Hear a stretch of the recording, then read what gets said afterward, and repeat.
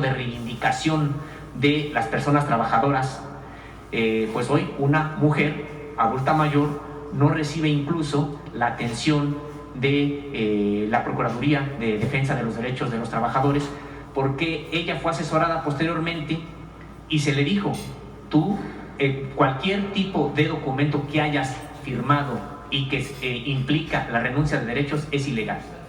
Ella está buscando entonces ahora que se le cumpla esta restitución de derechos, y no es un caso aislado, de manera desafortunada. Son 200,000 los que están rezagados en tribunales federales laborales. Bueno, pásanos el caso y lo vemos con Marat, y le pido a Zoe ahí que nos ayude para... ¿Alguna reforma que su gobierno esté impulsando en materia de revisión de los propios tribunales laborales? Bueno, formalmente se pasó de las juntas a los tribunales de conciliación. Eso ha acelerado las resoluciones de manera impresionante. En las juntas de conciliación y arbitraje pues podía pasar años y no se resolvían los casos, y además requerías de un abogado necesariamente para poder presentar tu caso. Ahora incluso lo puedes presentar de manera individual y se busca a través del tribunal de conciliación pues que se llegue a un arreglo previo a la posible demanda. Eso ha acelerado mucho los casos. Vamos a pedirle a Marat que venga aquí a la mañanera y que haga un balance de cómo han avanzado estos tribunales y qué más requeriría.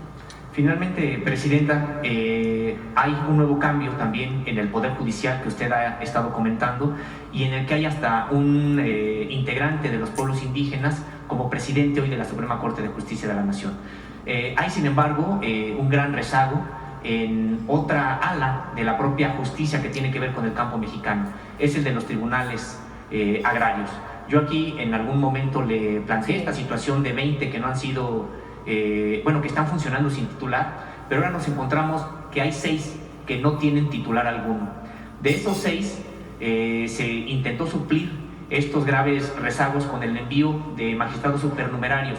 Hay el caso de una magistrada supernumeraria que se amparó para no ir precisamente al tribunal de Oaxaca, de Tuxtepec, Oaxaca, donde hay un rezago monumental para comunidades chinantecas, nahuas, zapotecas, y que se amparó. Ella es la misma que se amparó incluso para poder ganar más que el presidente de la República en su momento, cuando aquella ley de austeridad republicana.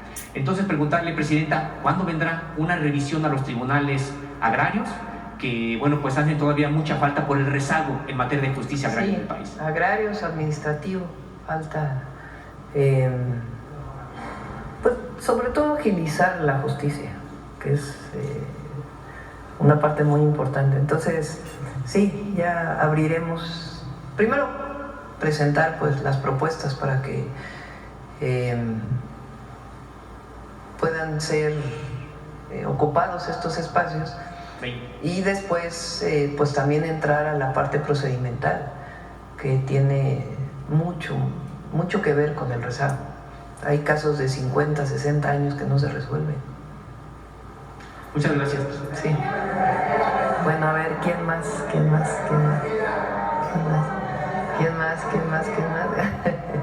Ahora vamos con Carlos y luego acá con Nancy. Buenos días a todas y todos. Carlos Navarro de Heraldo Media Group. Presidenta, ¿cómo generar conciencia en los hogares mexicanos cuando lo primero que a veces se encuentran en el desayuno los niños y las niñas es un refresco? Pues esta campaña que vamos a hacer. El otro día les conté eso, ¿no? Que en Xochistlahuaca que fui, me iba caminando muy lento porque me iba saludando la gente y alcancé a ver una botella de refresco en una mesa. Y le dije a la familia, oigan, ¿por qué toman refresco? No, ya sabemos que nos hace mucho daño, pero es que es muy rico. Así me contestaron. Entonces, hay que hacer mucha conciencia de que el daño no es que puedas subir de peso. No es un tema de que te veas bien. No, es un tema de salud pública.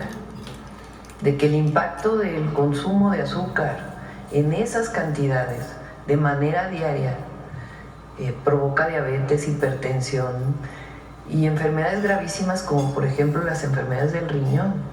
Ahora que hemos estado yendo a visitar los hospitales, yo no sabía, reconozco mi ignorancia en ese sentido. Pregunté al doctor Kesenovich, a los médicos, ¿por qué se requieren en México tantas salas de hemodiálisis? O sea, ¿por qué en la gente no funcionan los riñones? Y yo pensé que a lo mejor era un tema de contaminación del agua o de alguna otra. Me dijeron, no, son esencialmente los refrescos. Entonces ahí fue donde, si uno sabía que las bebidas azucaradas causaban daño, pues imagínense la cantidad de salas de hemodiálisis que tenemos que construir para poder atender a la gente. La gente cuando tiene, bueno, ellos lo pueden explicar mejor, a lo mejor, doctor, cuando se daña el riñón, pues no hay de otra más que la limpieza de la sangre de manera artificial. No sé si lo quiere explicar, doctor, porque usted sabe más de esto que... No, cuando avanza ya a etapas donde el riñón no funciona, entonces hay que dializarlos. Diálisis quiere decir lavar la sangre para descontaminarlo. Hay dos maneras. Una es por vía peritoneal, por el abdomen, en donde se pone un catéter y se intercambia el líquido, y otra es a través de las venas, en donde se hace el intercambio. ¿Y eso qué implica? Implica una calidad de vida muy alterada, porque una gente que requiere hemodiálisis tiene que hacerla a veces 2 o 3 veces por semana y tiene que invertir 4 o 6 horas para poder hacer su lavado de sangre, y la diálisis peritoneal a veces en la noche estarlo haciendo. Entonces implica calidad de vida muy mala y se pierden por lo menos 10 años de vida en que llegue uno a requerir una diálisis. Preguntarle, Presidenta, ¿qué tan complejo fue llevar 28 millones de medicamentos en menos de 2 semanas con las rutas de la salud? ¿Qué significa con los señalamientos? Incluso ayer lo decía que se les acusaba de que no había abasto de medicamentos. ¿Qué representa esto, Presidente? Pues la verdad es que nos da gusto que encontremos el mecanismo a través del cual distribuir los medicamentos. El IMSS tiene un mecanismo muy, digamos, sofisticado de distribución de medicamentos, porque ellos tienen un sistema digital. Bueno, ¿por qué no lo explicas, Suez, para que no? Claro, muchas gracias. Presidenta, sí, efectivamente en el IMSS y con mucho énfasis en los últimos años se han ido generando estos sistemas, desde los cuales primero se planea la demanda, se planea cuántos medicamentos va a requerir una unidad de medicina familiar o un hospital de las claves que utiliza. A partir de eso se participa en la compra consolidada, se compran los medicamentos en conjunto para todas las instituciones, y ya una vez que se hace esta compra, también en el mismo sistema se van cargando los contratos y de manera automática se van haciendo lo que llamamos órdenes de suministro o órdenes de reposición. Es decir, cuando en una unidad se identifica que su inventario ya es menor de 2 meses del consumo que se calculó para promedio de un mes, entonces sale directamente la orden de reposición. Esto es en el mismo sistema que tiene esta trazabilidad, llega al proveedor y a su vez a quien va a distribuir estos medicamentos. De esa manera es como se pueden llevar ya sea al almacén, a un almacén central del IMSS o un almacén del IMSS en una de las delegaciones. Se tiene un almacén en cada estado por lo menos, y de ahí a las unidades. También una cosa importante es que se tiene la receta electrónica, que no significa que no sea en papel, significa que la receta que emite en el consultorio la médica o el médico se hace desde una computadora. Por eso nosotros podemos revisar las recetas surtidas completas, recetas surtidas incompletas, o cuando hay algún rechazo, y entonces se hacen intercambios entre hospitales, entre unidades, o incluso a veces hasta entre estados. Esto se dice así muy rápido, pero ha sido mucho trabajo de implementación, de adaptación de los propios trabajadores en los almacenes, en las farmacias y en los consultorios, que permite pues prever cuando algún medicamento en el futuro próximo va a hacer falta, y entonces se emite esta orden de necesidad que se cubre pues con todos los mecanismos que hemos trabajado juntos, tanto de compra como de distribución. Gracias. Presidenta, con el primer... Eso es en el IMSS. ISSSTE tiene un mecanismo muy similar.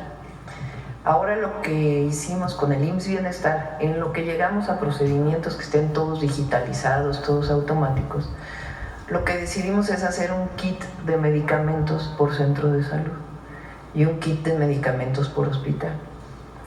¿Quién define qué medicamentos tienen que tener? Secretaría de Salud. ¿A partir de qué? De protocolos de atención médica. Entonces se definió, para tal enfermedad, para presión alta, pues hay todos estos medicamentos a partir de tales padecimientos. ¿Quién lo define? ¿El doctor Kersenovich solo? No. Es un equipo de médicos que se juntaron y definieron qué medicamentos para qué enfermedades. Porque había hospitales, fíjense, había hospitales que estaban pidiendo 3,000 claves, cuando el hospital de nutrición pide 800. Entonces se revisa, bueno, si se requieren las 3,000 claves o no.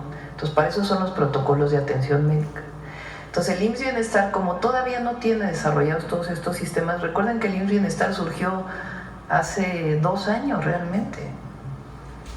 Entonces, como todavía no desarrollamos todas esas capacidades que nos están ayudando, evidentemente el IMSS es una de las tareas de Eduardo Clark, que es su especialidad, desarrollar todos estos sistemas. Pues lo que decidimos es, se requieren tantos medicamentos, esos medicamentos completos, el kit, va a ir al centro de salud cada mes. Si a lo mejor le sobra el medicamento, pues es preferible que sobre el medicamento a que falte, y se va ajustando en todo caso cada mes. Este esquema, que parece muy sencillo, nos llevó un tiempo el diseño, y además pues las camionetas que llevan los medicamentos, definir las rutas, cuáles son las rutas que tienen que seguir, cuáles son los almacenes donde deben guardarse, si se guardan en los almacenes, si van de Huehuetoca directo a otro almacén o van de Huehuetoca directo al centro de salud. Por ejemplo, los oncológicos, se tomó la decisión que todos los oncológicos del IMSS Bienestar vayan directo de Huehuetoca a los centros de salud, a los institutos que atienden cáncer, que ya no pasen por almacenes, porque ahí pues había más tiempos, más burocracia. Entonces estas medidas que hemos tomado nos están permitiendo ser más eficientes. Claro, todo esto no se podría hacer si no se hubiera hecho la compra de medicamentos de manera adecuada, como ya se hizo. Entonces es muy bueno pues que tengamos ya definido el método, y en todo caso a través de este método pues vamos a ir evaluando las problemáticas. Entonces, y agradecer a todos, porque realmente muchísima gente que participó, muchísimos. ¿Cuánta gente habrá participado, Eduardo? Más de 5 o 6 mil personas en todo este proceso. Entonces agradecer a todos, y muy ordenados y muy organizados. Gracias, Presidenta. Preguntarle, con el primer informe de gobierno de su administración, ¿los cimientos del segundo piso de la cuarta transformación ya están puestos, o en qué etapa de este proyecto estamos? Bueno, digamos que los cimientos los puso el presidente López Obrador, el primer piso, y nosotros vamos al segundo piso. Yo creo que es muy bueno que tengamos definido lo que queremos hacer. Por supuesto que pueden salir temas o compromisos adicionales durante todo este tiempo, pero tenemos muy claro cuáles son los proyectos, los programas que estamos haciendo, y eso nos ayuda mucho. Entonces, ahora, por ejemplo, pues dimos el informe, pero vamos a entregar el 8 de septiembre el presupuesto del 2026, el cierre del 2025, la estimación de cierre, y todo lo que tiene que ver con los ingresos y egresos del gobierno federal, para que sea aprobado en la ley de ingresos en las 2 cámaras y la de egresos en la Cámara de Diputados, y algunas otras leyes que van en el paquete económico. Pues todo eso lo estamos trabajando ahora, pero también estamos trabajando toda la programación del 2026. En enero, ¿cuántos recursos tiene que haber? Pues esa es la labor de un gobernante que está comprometido con la gente. Presidenta, ¿qué pueden esperar los mexicanos de la reunión con el secretario de Estado de Estados Unidos, Marco Rubio, quien estará llegando hoy al mediodía? Y también preguntarle cuál va a ser el itinerario que van a tener las autoridades mexicanas con el secretario de Estado. Bueno, él llega hoy en la tarde, tiene algunas reuniones él, su propia agenda, y después mañana lo recibo a las 10 de la mañana y vamos a tener una reunión, no sé, de 1 o 2 horas. Después van a tener una conferencia de prensa conjunta, el canciller y el secretario del Departamento de Estado, Marco Rubio, y de ahí pues él ya se traslada a otros lados. No va a ser en relaciones exteriores. ¿Hoy él tendrá una reunión con el canciller o nada más lo reciben y tiene eso? Lo recibe el canciller, llega al Aeropuerto Internacional Felipe Ángeles, lo recibe el canciller y pues de ahí su propia agenda, y mañana lo vamos a recibir aquí. Y miren, se ha establecido una buena relación con todas las dificultades y todos los que no quisieran que hubiera una buena relación entre México y Estados Unidos. Nosotros siempre tenemos que buscar una buena relación con Estados Unidos, porque es nuestro país vecino, porque allá viven cerca de 40 millones de mexicanos de 1, 2, 3, 4 generaciones, porque tenemos muchas cosas en común, porque somos socios comerciales. Entonces tenemos que buscar siempre una buena relación. Habrá momentos de mayor tensión, de menor tensión, de temas en los que no estemos de acuerdo, pero tenemos que buscar una buena relación. Y la reunión de mañana creo que va a mostrar eso, una relación de respeto y al mismo tiempo de colaboración. Y ya por último, en el marco del respeto a nuestra soberanía. Gracias. Y por último, preguntarle, disculpándome por el tiempo con mis compañeros, ¿qué características debe de tener el Poder Judicial que ayer se renovó? Incluso la semana pasada se publicó una encuesta del Heraldo donde 7 de cada 10 personas buscaban que se mejorara el Poder Judicial, principalmente, obvio, en la impartición de justicia. Pues eso. Fíjense, tanto que se habla del Estado de Derecho. ¿Qué quiere decir el Estado de Derecho? Que se cumpla con las leyes. Claro, hubo un momento en que las leyes no estaban hechas para el beneficio de la gente, ¿verdad? O de la nación, y ahora cada vez más se recuperan leyes al servicio del pueblo, que recuperen la soberanía y los derechos del pueblo de México, pero que sea pareja la justicia. Tenemos una justicia hasta ahora que si tienes más dinero tienes más acceso a la justicia, porque puedes tener mejores abogados, porque puedes comprar un abogado, a un juez.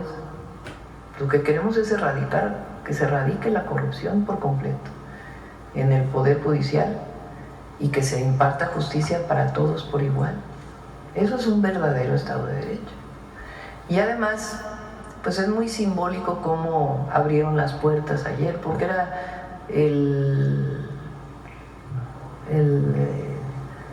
búnker.